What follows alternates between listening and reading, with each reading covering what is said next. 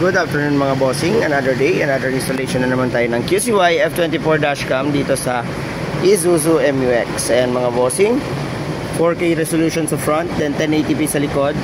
Sobrang linaw ng video. Ayan mga bossing. Ito yung F24 dashcam na box natin, all original.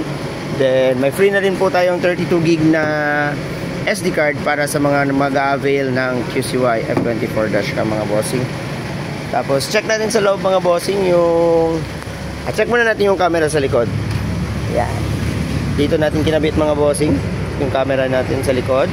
Then check natin yung dashcam sa loob. Yan. So ito siya mga bossing. As you can see, malinaw na malinaw. Pwede nyong i-adjust dito mula sa loob.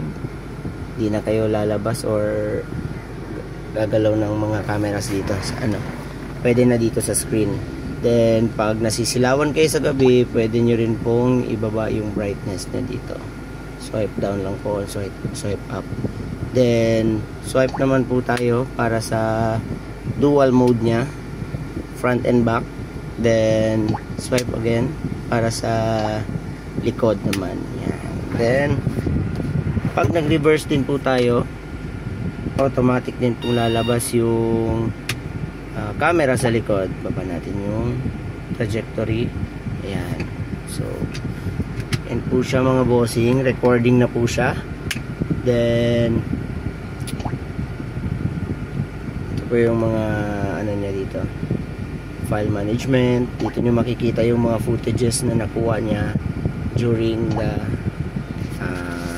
running time niya.